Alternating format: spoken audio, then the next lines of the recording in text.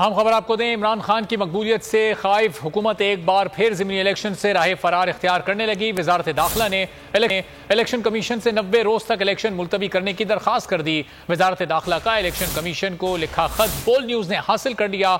वजारत दाखिला दूसरी मरतबा 13 हल्कों के इंतखाबात कराने की कोशिशें तेज कर दी।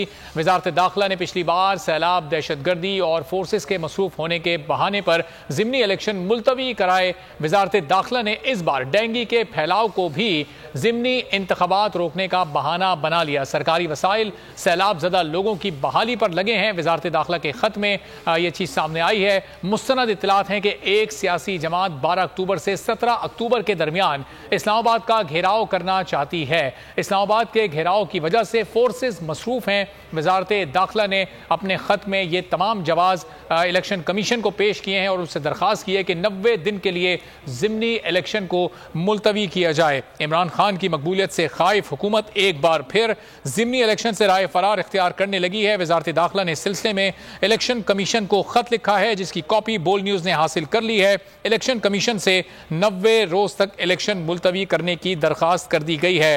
वजारत दाखिला दूसरी मरतबा 13 हल्कों के इंतखाबात मुलतवी कराने की कोशिशें तेज कर दी हैं।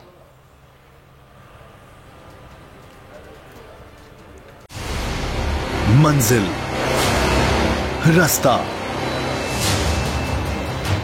जज्बा, भयानक सच्चाई से हटाए पर्दे और तोड़ डाली झूठ की बेड़ियां। सलाखों से डरना कैसा जब चट्टानों ने पाला हो। इमरान खान बोल के साथ जुम्मे से इतवार रात 10 बजे सिर्फ बोल न्यूज पर।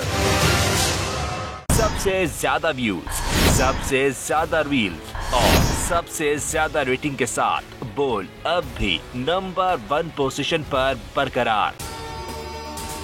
अगर आपको ये वीडियो पसंद आई है तो लाइक पर क्लिक करें, सब्सक्राइब करें और बेल दबाएं ताकि कोई खबर रह न जाए।